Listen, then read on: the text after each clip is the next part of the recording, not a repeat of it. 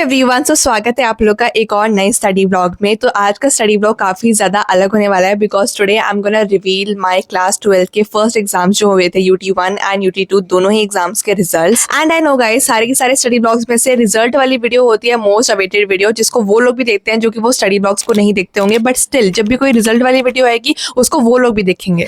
But guys that thing doesn't matter at all because at least आप लोग मेरी video देख तो रहे हो। तो गाइज आज की वीडियो में रिजल्ट सिर्फ आपको पता नहीं लगने वाला है, along with the results you will be getting to know all the mistakes that I made during this exam, ताकि आप उन सब चीजों को अवॉइड कर सको। प्लस गाइज ये तो काफी ज्यादा इंफॉर्मेटिव चीजें हैं जो कि आपको इस वीडियो में पता लगने वाली हैं, बट अलॉन्ग विद दैट आप इंजॉय करना मेरा पूरा का पूरा PTM का डे, बिकॉज आप लोग को मैंने रॉ रिएक्शन दिखाया है मम्मी का भी।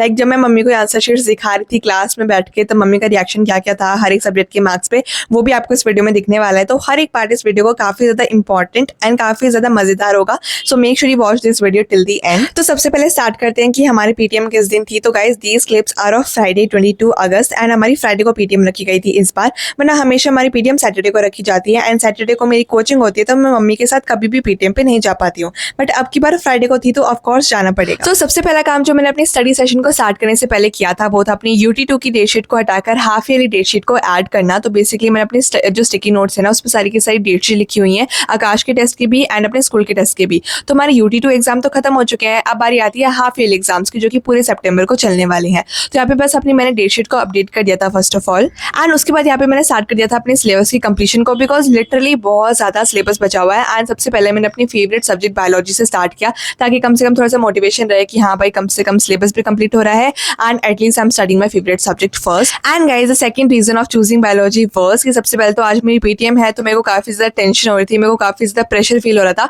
इसलिए I wasn't able to study physics और केमिस्ट्री। तो मैंने सोचा चलो बायोलॉजी ही पढ़ लेते हैं। एंड यहाँ पे मैंने एक नया चैप्टर स्टार्ट किया था जो कि था माइक्रोब्स वाला चैप्टर, जो कि मेरे स्कूल में खत्म हो चुका है, बट मैं अभी स्टार्ट कर रही हूँ, ना ही मेरे कोचिंग में स्टार्ट हुआ है बट स्कूल में खत्म हो गया, तो मुझे खुद से पढ़ना पड़ेगा। तो वही मैंने कंप्लीट करना स्टार्ट किया, बस 1.5 घंटे का लेक्चर और बचा हुआ था, उसके बाद हम लोग चले गए PTM के लिए। एंड गाइज लिटरली इस वाली PTM के लिए मैंने बहुत सारी क्लिप्स रिकॉर्ड की थी, मैंने अपनी हर एक मोमेंट पे क्लिप रिकॉर्ड की है, बिकॉज मैं आज बहुत ज्यादा डर रही थी। इससे पहले मेरी 11th में भी काफी PTM हो चुकी है, बट मैंने ऐसा व्लॉग कभी भी रिकॉर्ड नहीं किया, तो इसलिए मैंने सोचा कि चलो इस बार ना थोड़ा सा डिफरेंट रिकॉर्ड करते हैं and let me show you all my tensed face throughout the way to school. तो भाई देखो PTM जो है वो 10:30 बजे यानी 10:30 पे खत्म हो जाने वाली थी, एंड अभी भी हम लोग बाहर ही थे 10:15 पर। लाइक हम थोड़े से लेट निकलते हैं हमेशा, तो आज भी हम उतने ही लेट निकले थे एंड बस 15 मिनट बचे थे PTM को खत्म होने में, बट स्टिल हम लोग टाइम पे पहुंच गए थे। एंड लिटरली काफी ज्यादा पेरेंट्स सब भी बैठे हुए थे, बिकॉज सारे parents at the last moment ही आते हैं, कोई भी ज्यादा पहले आके बैठता नहीं है, चाहे जितने भी पहले का टाइम दे लो। सब यूनिफॉर्म पहन के आए तो हमें ये बना के ले आया। आते ही बच्चे यूनिफॉर्म में तो नहीं आते वैसे। मैम ने बोला था यूनिफॉर्म पहनिए, इसने बोला कि घर की पहन ले। तो फिर फाइनली हम लोग स्कूल में एंटर कर चुके थे एंड लिटरली जैसे हमने अपने मेन गेट पे एंटर किया ना, उस वक्त मेरी हार्ट बीट इतनी ज़्यादा बढ़ गई थी, like I was literally very scared. उसके बाद हमने क्लास में एंट्री ली, मैम को ग्रीट किया, फिर मैं चली गई थी अपनी आंसर शीट वाला फोल्डर लेने के लिए ताकि मम्मी को दिखा सकूँ।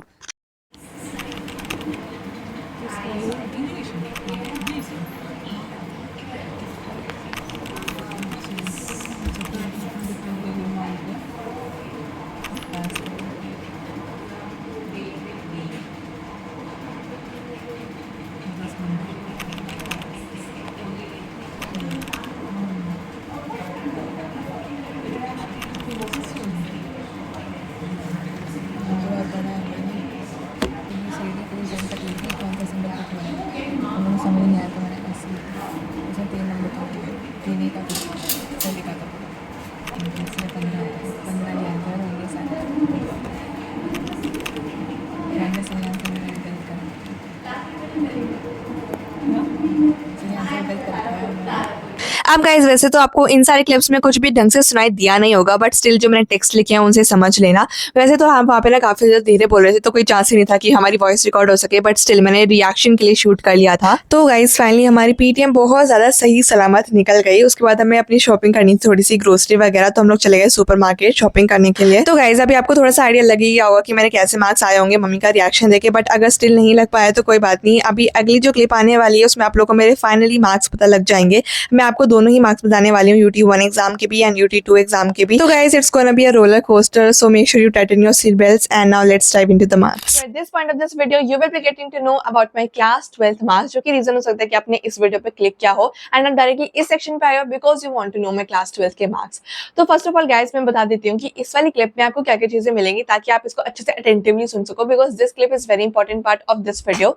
सबसे पहले तो मैं आप लोग को बताऊंगी मेरे unit 2 test 1 and unit test 2 दोनों के ही मार्क्स बताने वाली हूँ कंपैरेटिवली कंपेयर करके कि मैंने यूनिट टेस्ट 1 में कैसे परफॉर्म किया था एंड सिमिलरली मैंने यूटी 2 में कैसे परफॉर्म किया था।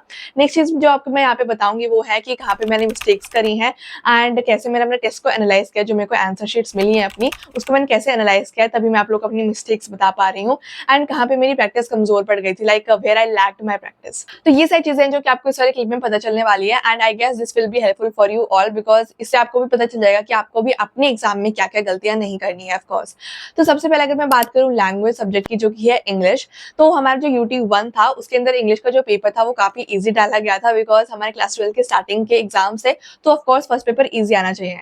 तो हमारा जो इंग्लिश का पेपर था वो इजी आया था, answer passage was easy and थोड़ा सा लेंथी पेपर नहीं था बिल्कुल भी, क्वेश्चन भी इजी थे, मतलब ऐसा पेपर था कि आपका जल्दी से हो जाएगा, आपके डायरेक्टली आपके दिमाग में आ जाएगा कि हाँ इस क्वेश्चन का ये आंसर है and you will be able to solve that question paper quickly and time में भी पूरा हो जाएगा। तो in that paper I score 24 out of 25 and अगर मैं बात करूँ UT2 एग्जाम की, तो वहाँ पे इंग्लिश वाले पेपर का लेवल थोड़ा सा अच्छा था, answer passage was quite tricky, options जो थे काफी सिमिलर लग रहे थे एंड लाइक आप एक गो में नहीं बता सकते कि करेक्ट ऑप्शन कौन सा है। तो हाँ वहाँ पे थोड़ा सा चीज हो गया था। सेकेंडली मेरे को थोड़ा सा लेंदी लगा एंड दैट्स वाई मेरा 1 मार्क का क्वेश्चन जो है छूट गया था, लाइक 2 मार्क का क्वेश्चन था, मैंने उसमें से एक पार्ट तो अटेम्प्ट कर दिया था बट जो सेकंड पार्ट था उस क्वेश्चन का तो वो मैं नहीं कर पाई थी, जिसकी वजह से मेरा 1 नंबर का छूट गया था वहाँ पे। तो हाँ इस पेपर में तो मुझे इतनी सारी चीजें लगी, तो इस पेपर के मेरे स्कोर था 20 आउट ऑफ 25 एंड अगर मैं बात करूँ मेरी क्लास 12 का सबसे इजी सब्जेक्ट जहाँ पे जो कि काफी ज्यादा स्कोरिंग भी है, तो वो है हमारा physical activity trainer that is PAT. तो ये फिजिकल एजुकेशन के रिलेटेड ही रहता है।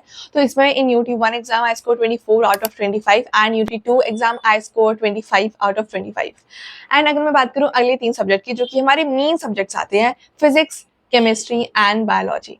तो देखो बायोलॉजी का UT1 एग्जाम वाज लव, इतना अच्छा क्वेश्चन आया था, इतना अच्छा क्वेश्चन पेपर आया था कि एंड इतनी अच्छी चेकिंग हुई थी ना कि मार्क्स बहुत ज्यादा अच्छे आए थे। आई score 24 out of 25 in my UT1 exam of biology.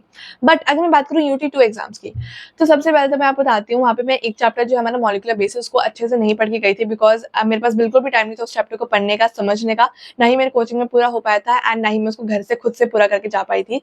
तो सबसे पहले तो मेरा वो छूट गया था। सेकेंडली अगर मैं बात करूँ तो MCQs थोड़े से अजीब तरीके के आए थे हमारे पेपर में। थर्ड चीज ये है कि चेकिंग बहुत ही ज्यादा अजीब हुई थी, लिटरली बहुत ज्यादा अजीब हुई थी एंड इसी वजह से सब बच्चों के पहले UT1 एग्जाम से बहुत ज्यादा कम मार्क्स आए हैं due to just checking. Because देखो हमने जो भी आंसर्स लिखे थे according to my calculation I could have score 19 out of 25, जो कि कम स्कोर है बट स्टिल में 19 आ जाने चाहिए थे, बट मेरे आए हैं 15 आउट ऑफ 25, टोटली 10 नंबर कम। अब इसका रीजन यही है कि तो चेकिंग में हमने अजीब बहुत करी है, मतलब जो मैंने आंसर सही लिखा है, जो मैंने NCERT की लाइंस लिखी है, हमने बोला है कि जब तक मेरी लाइंस नहीं लिखोगे तब तक I can not give you number. तो ये चीज मेरे को अगले एग्जाम में ध्यान रखनी है कि मैम के ही अकॉर्डिंग मेरे को आंसर लिखना है। तो that's a thing in biology. तो देखो अगर मैं बात करूँ फिजिक्स की, तो I have shown a great improvement in physics, जिसकी वजह से मैं खुद पे काफी ज्यादा प्राउड हूँ because in my UT1 exam I was just passing from the border line. अब 25 मार्क्स का पेपर है, आपको सोच लो कि बॉर्डर लाइन कितनी होगी, मैं जस्ट पास हुई थी, लिटरली जस्ट पास हुई थी मैं एंड अब की बार I have scored 19 out of 25 and इतनी ज्यादा इंप्रूवमेंट है कि I am myself proud of कि मैं अच्छा स्कोर कर रहा है अब की बार मैंने एंड अगले एग्जाम में मैं और इंप्रूव कर सकती हूँ। इस स्कोर की वजह से मेरे अंदर इतनी मोटिवेशन आ चुकी है कि हाँ भाई तेरे से फिजिक्स हो जाएगी and you can score much better अगर मैं ज्यादा प्रैक्टिस करती हूँ। तो फिजिक्स ने तो मेरे को थोड़ा सा मोटिवेशन दिया है। But again talking about chemistry जो कि हमारी आई थी ऑर्गेनिक केमिस्ट्री, तो UT1 एग्जाम में I scored 11 out of 25, that is बहुत ही कम नंबर है I know, but organic chemistry मुझसे लिटरली रटी नहीं जाती है एंड ना ही मेरे से रटी गई थी। मैंने कितनी भी प्रैक्टिस कर ली बट नहीं यार रट नहीं पाती हूँ मैं एंड वहाँ जाके सारे क्वेश्चंस मिक्सअप हो जाते हैं, सारे रिएक्शंस मैं भूल जाती हूँ एंड आई डोंट नो कि what I have to do. But the thing is I guess practice पे प्रैक्टिस करनी पड़ेगी, 1-2 घंटे देना पड़ेगा रोज रोज ऑर्गेनिक केमिस्ट्री को। अब की बार भी मैंने सेम नंबर स्कोर किया है, बिल्कुल same to same UT1 and UT2 exam की ऑर्गेनिक केमिस्ट्री के मार्क्स बिल्कुल सेम है। These were all my marks and I guess आप लोगों को पता चल गया होगा कि मैंने कहाँ पे गलतियां की हैं एंड मैं आप लोगों को बता भी दिया है कि ये मैंने कहाँ पे गलतियां की हैं and I will be making a note of all these mistakes plus analyse भी कर लिया मैंने अपनी आंसर शीट को। तो वो सिमिलरली एनालिसिस के बेसिस पे मैं एक नोटबुक में अपनी मिस्टेक नोटबुक में सब कुछ लिख लूंगी कि मैंने कौन कौन से पॉइंट सही लिखे हैं एंड मैम ने कौन कौन से पॉइंट्स बोला है कि आप इस पर और ऐड करो ताकि आपके फुल नंबर आ जाए. तो that's the thing I am gonna do right now and this was all about my result. Now let's proceed with the pending video. Guys Friday के बाद क्या आता है? Of course Saturday. तो it was my coaching time. तो मैं सुबह सुबह जल्दी निकल गई थी कोचिंग के लिए एंड आज मैं काफी ज्यादा जल्दी आ गई थी. Like I was the first one two enter my building and seriously मैं पूरे 10 मिनट से खड़ी हुई थी एंड लिटरली भाई कोई गेट खोल ही नहीं रहा था. लाइक इट वाज 7:30 एंड हमारी क्लास स्टार्ट हो जाती है 8 o'clock पे. बट किसी को कुछ भी नहीं था कि हाँ भाई जाके गेट खोल दूं. तो मैंने बोला भैया यार गेट खोल दो, कम से कम हमें अंदर तो बैठ जाए. तो लाइक मेरे को तो अंदर बैठ जाए क्योंकि कोई और तो आया नहीं था वैसे तो. गाइस चलो आज के लिए तो इतना ही. आगे आने वाले स्टडी ब्लॉग्स में you are gonna enjoy a lot. So make sure you subscribe to my channel. मैं मिलती हूँ आपको अगली वीडियो में. तब तक के लिए tata bye bye, take care.